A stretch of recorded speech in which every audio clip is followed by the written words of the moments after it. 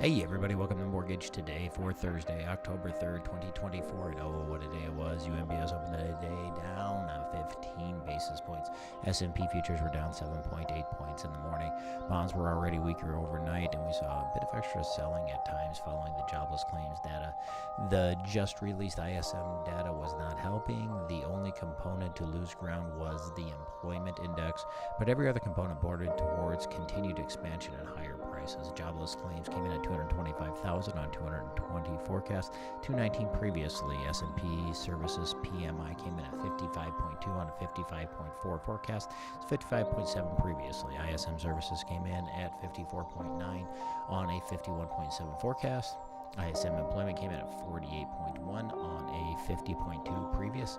ISM prices came in at 59.4 on a 56.3 forecast. Pretty big beat there, was 57.3 previously. So people are paying more, which is inflation. ISM activity came in at 59.9 versus 53.3 previously.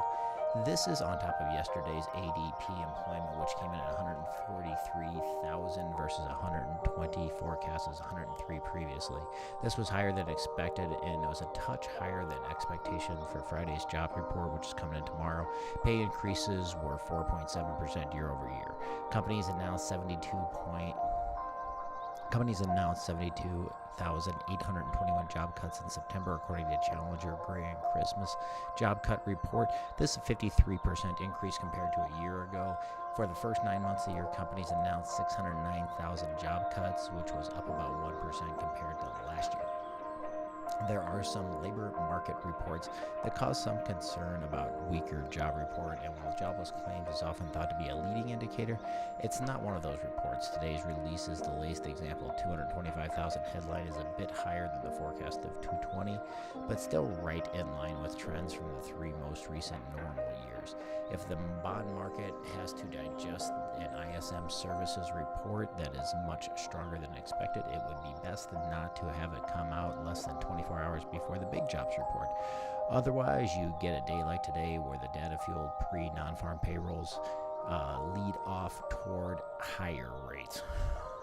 UMBS ended the day down 23 basis points, ending up at 100.97. So at 100.97, firmly breaks us down in that range where we have a new ceiling and a new floor. Ceiling is a 25-day moving average at 101.28, and a floor down at 100.84, which we don't want to get to. So hopefully a lot of people lost their jobs and we get better rates.